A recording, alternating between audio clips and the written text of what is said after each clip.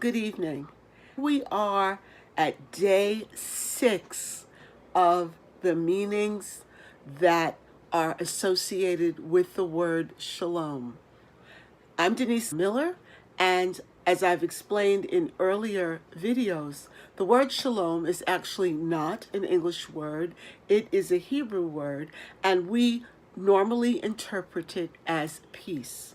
But in Hebrew, that word actually has several components.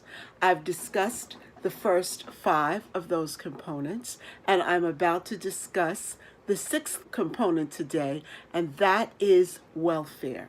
Welfare generally means good fortune, health, happiness of either a person, a group, or an organization. It can also mean security, and it can mean freedom. Freedom from the worries of war, the worries of discontent, the worries of just scratching out a day-to-day living. It can mean abundance. It can also mean health. It can also mean progress.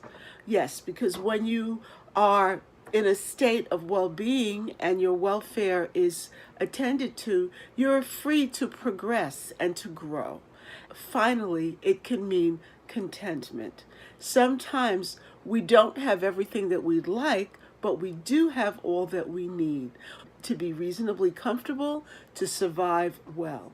That is a component of welfare. After all, when we go back to welfare, it is again good fortune, health, happiness, and prosperity of a person or a group.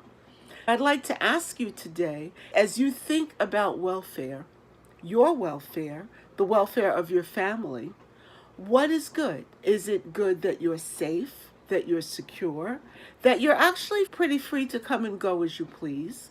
In the United States, that is a huge deal for us. We are still pretty free to go and do what it is that we want to do. So when you think of shalom, think not only of the peace that comes from the absence of conflict, think of the peace that comes from the presence of security, the presence of freedom, the presence of being able to grow, of being able to perhaps change jobs or move from one place to another.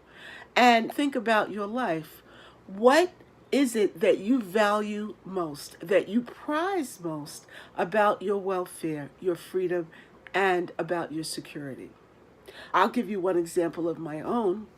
I lived in a neighborhood years ago where I literally went from the house to the car, drove everywhere I needed to go, and I was pretty afraid of walking out in the neighborhood because it was a pretty rough neighborhood. Now I live in a neighborhood that is not nearly as rough, where I'm free to walk around. Now, of course, I don't walk around at 2 o'clock in the morning, but if I go out at 8 o'clock in the evening and decide that I want to even walk around my square block, I feel safe doing that. And I didn't feel that way before. I am in a state of shalom where I live now because I feel a bit more secure. Shalom, welfare, security, and freedom are very important. They're things to value. I wish you a very good night.